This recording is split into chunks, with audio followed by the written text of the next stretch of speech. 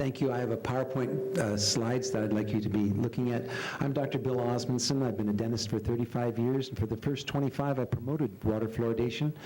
And looking personally at the research was like a knee in the gut. My first slide, as you can see there, is dental fluorosis, how it's increasing. That is sometimes used in research to determine, to compare different groups of people.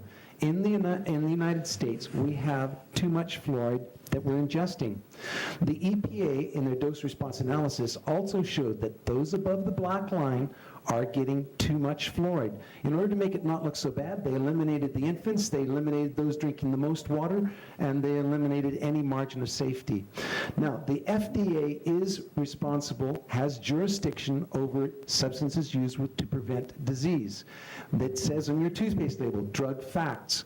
The FDA has rejected fluoride supplements for ingestion because they say it's not effective or safe. It's your job as manufacturers, the final manufacturer of the substance, to get FDA approval.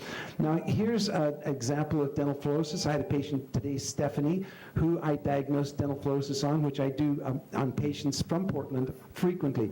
What are we going to do about those people who are getting too much fluoride already? How are you going to caution them not to get more fluoride? Now, one of the problems with bones is that there's more bone fracture in fluoridated areas. We see more tooth fracture in fluoridated areas. Tooth crowns are very lucrative. Of course, they're not as bad as working on kids, but they are lucrative, and we see more of that in fluoridated areas. Now, if you look at this graph, it's very important. Before fluoridation started, decays dropped in about half. Why? No one has a clue what that was. We've not corrected for it in any research since then. So all the studies that we have, none of them are prospective randomized controlled trials. We have no good studies.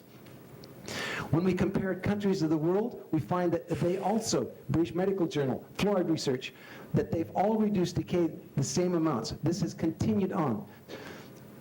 I won't go over this, but basically the studies between Washington and Oregon, they're a wash. There's no real difference. This is the one that I want you to look at that's different than what you've seen before.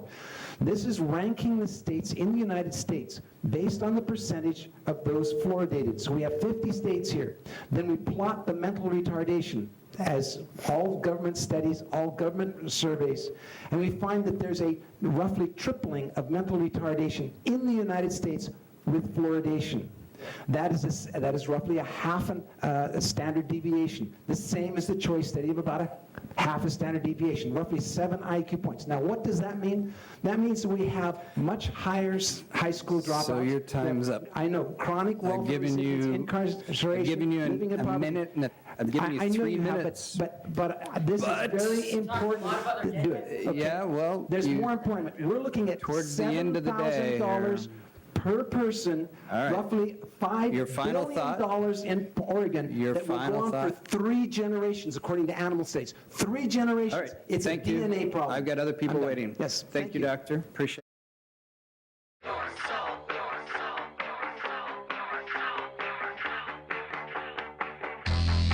Go back to bed, America. Your government is in control again.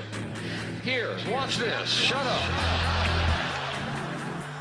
You are free to do as we tell you. You are free to do